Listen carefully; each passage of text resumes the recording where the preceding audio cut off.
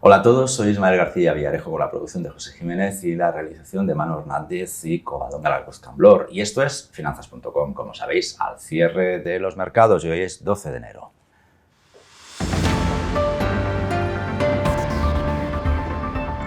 Inversores, muy bienvenidos. Ana Rosa y yo estábamos esperando. Ana, bienvenida a la Casa Club. Normalmente sabes que lo grabamos en el centro de noticias de Finanzas.com, pero deja que cuente a nuestro club de fans que lo que hemos hecho hoy es colonizar un foro de economía digital, el Meeting Marketing. ¿Por qué edición vais, chicos? ¿Ya por la cuarta, por la quinta? La cuarta. Cuarta, ¿no? ¿Me habéis dicho? Sí. 3, la tercera. Bueno, me resultó súper interesante el último que hicisteis en la Web3 y privacidad, pero bueno, eso ya son otras cosas. Ana Rosa de Nordea, gracias por hacer podcasting esta tarde con nosotros. Hemos visto que la inflación subyacente en Estados Unidos vuelve a hacer la loca, se nos ha ido en 30 puntos básicos hacia arriba hasta el 5,7%, veníamos del 5,4%. Aunque sí que es verdad que el índice general se ha comportado a la baja desde el 7,1 hasta el 6,5.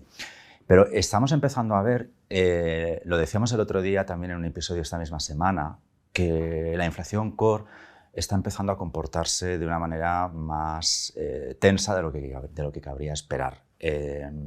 Incluso en España hemos visto en el último dato cómo la inflación subyacente crecía más que el índice general. No sé si a vosotros en Nordea esta evolución de los precios os está preocupando o todavía veis estos índices con cierta distancia, estas evolutivas de los últimos meses. Pues claramente nos preocupan. Yo creo que es un factor que ha sido clave durante todo el 2022 y ha empezado a ser también pues, el factor clave de 2023, ¿no? Creemos que la inflación va a marcar muchísimo toda la evolución de todo el año.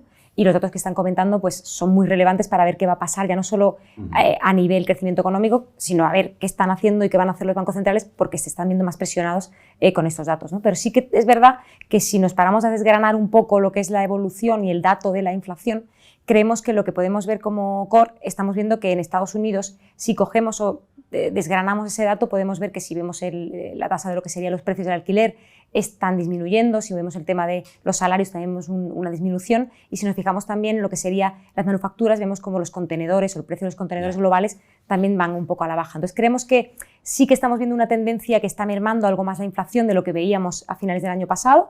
Estamos con una cifra algo inferior a lo que incluso se esperaba en Europa también. Y sí que es que vemos que aunque es un dato que vamos a tener que tener muy presente para ver qué va a pasar y qué escenario vamos a tener de cara a este 2023, creemos que estamos en una situación algo más positiva en cuanto a inflación de lo que lo estábamos hace tan solo unos meses. Entonces, por lo tanto, cogiendo ese dato muy con pinzas, porque creemos que todavía la evolución nos va a afectar en mucha medida y, por lo tanto, también haciéndonos que tengamos que ser muy selectivos a la hora de invertir, porque cualquier movimiento ahí nos va a afectar claramente en cartera. Luego te pregunto, ¿cómo vais a invertir vosotros en Nordea? ¿Cómo os vais a organizar? Pero me interesa que me cuentes, y a nuestra audiencia también, con qué escenarios económicos estáis trabajando, pues no sé si a partir del frame que hemos visto este mediodía, pero sí en general con los últimos datos que hemos visto tanto en diciembre como los primeros días de enero. Sí, pues teniendo 3 claves, ¿no? Inflación, por otro lado crecimiento económico y por otro lado cómo todo esto está afectando para que los bancos centrales se muevan, ¿no?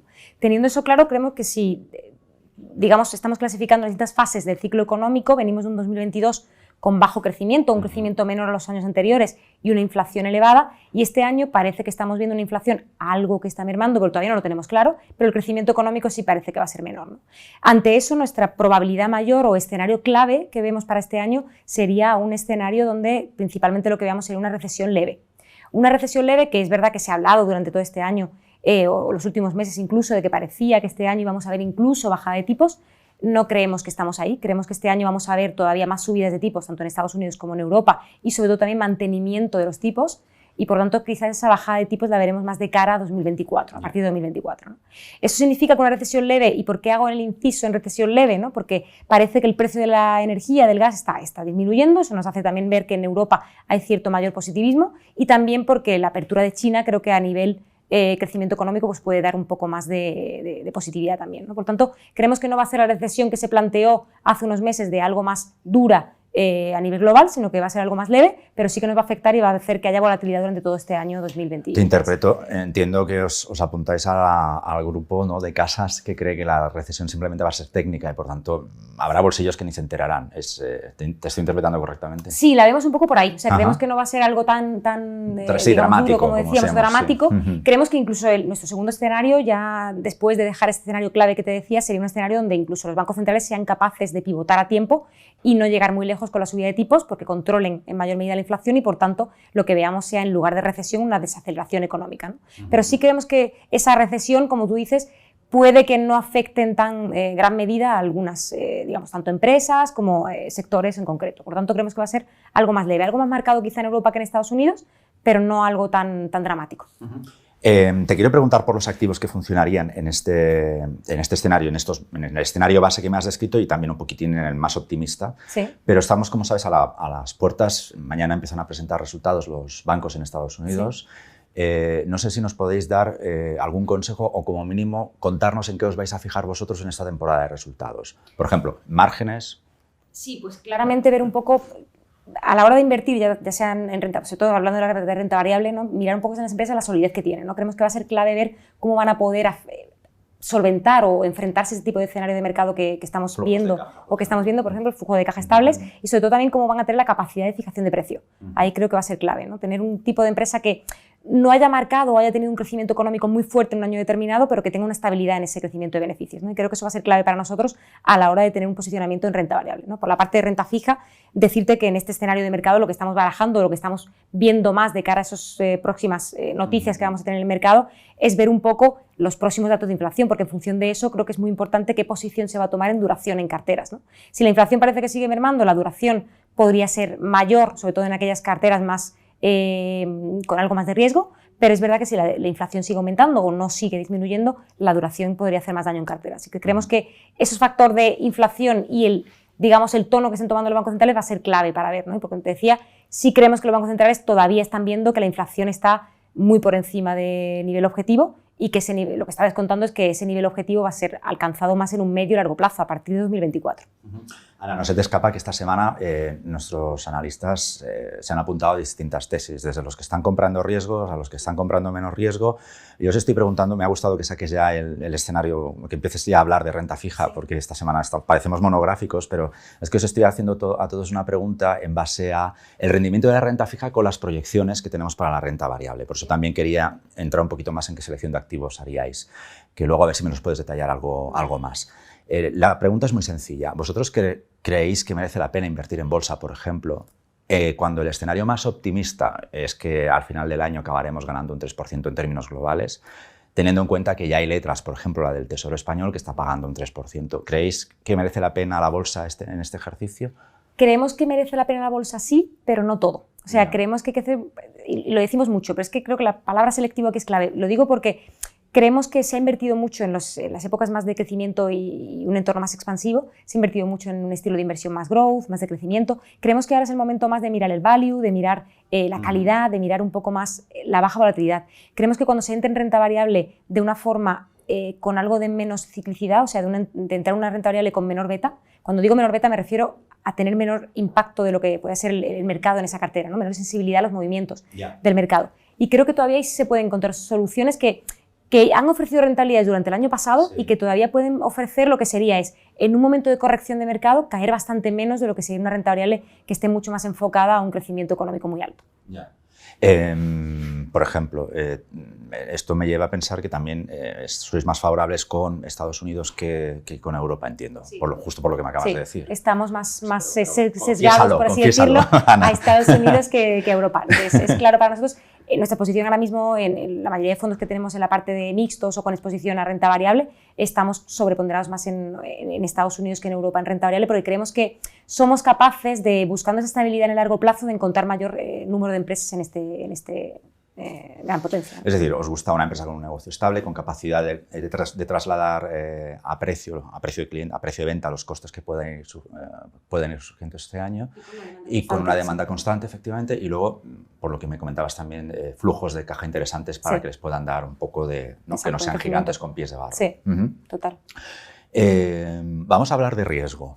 ya que estamos con renta fija, o ya que habéis sacado el tema de renta fija este año, ¿cómo vais a invertir en la renta fija? ¿Comprando riesgo o esquivando el riesgo? Pues esto va a depender mucho también de lo que te decía al principio. Es un poco el posicionamiento de cada inversor. Yo creo que para aquellos que se puedan permitir tener un perfil de riesgo algo más medio, por así decirlo, creo que la duración puede tener sentido, empezar a mirar duración puede tener sentido, ¿no? Pero claro, ¿qué tipo de duración y en qué tipo de activo? Claro. Nosotros, por ejemplo, ahí en la parte de menor calidad crediticia, un high yield, creemos que todavía estamos hablando de un momento temprano, en el sentido de que sí, los spreads y la rentabilidad está muy atractiva, más atractiva de lo que hemos visto en muchos años, pero es verdad que todavía el riesgo que corremos ante un escenario de recesión es muy alto. ¿Por qué? Porque los riesgos de impago o de default son muy altos ahí, ¿no? Entonces creemos que si tenemos que elegir en renta fija, iríamos más a por una calidad crediticia de un A, un AA, donde creemos que todavía los niveles de spreads o de diferenciales están atractivos, hay bastante...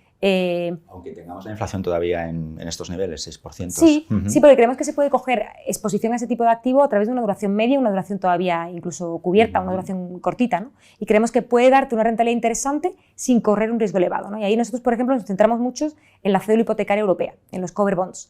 Creemos que es un activo, no es que lo creamos, sino que lo sabemos, es un activo que en 200 años de histórico que tiene nunca ha tenido un default o una quiebra, y eso hace que ante un entorno de una recesión de más complejidad para la renta fija pueda sobrevivir mucho mejor. Y ya no solo eso, sino que pueda pagarte una rentabilidad atractiva sin correr un riesgo elevado. Entonces creemos que todavía estamos cautos en renta fija, pero con los ojos abiertos, porque creemos que estamos en un entorno donde prácticamente estamos viendo que los tipos actuales nos están poniendo en una situación en renta fija que no hemos vivido hace muchos años, ¿no? La renta fija está mucho más atractiva. Por lo tanto, correr algo más de riesgo sí, pero no todo vale en renta fija.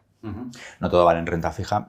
Te pongo ante la dicotomía. Si fuera una respuesta binaria, Sí. ¿Bonos corporativos o bonos gubernamentales? Olvidemos la AA que me comentabas antes. Vale, pues estaríamos un poquito más a lo mejor en corporativos. En corporativos. Sí, tomando exposición siempre en gubernamental. Tenemos muchas soluciones que tienen algo de exposición a gubernamental, porque creemos que todavía pueden funcionar siendo selectivos en distintos países, pero creemos que los bonos corporativos ahora mismo tienen un nivel una rentabilidad y un nivel de spread bastante interesante.